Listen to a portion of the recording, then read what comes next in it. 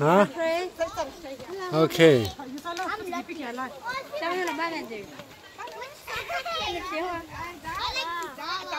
Kakak nanti bongok kamu muci.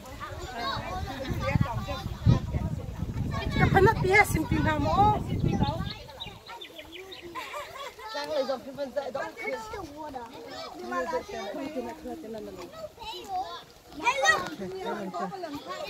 Stop.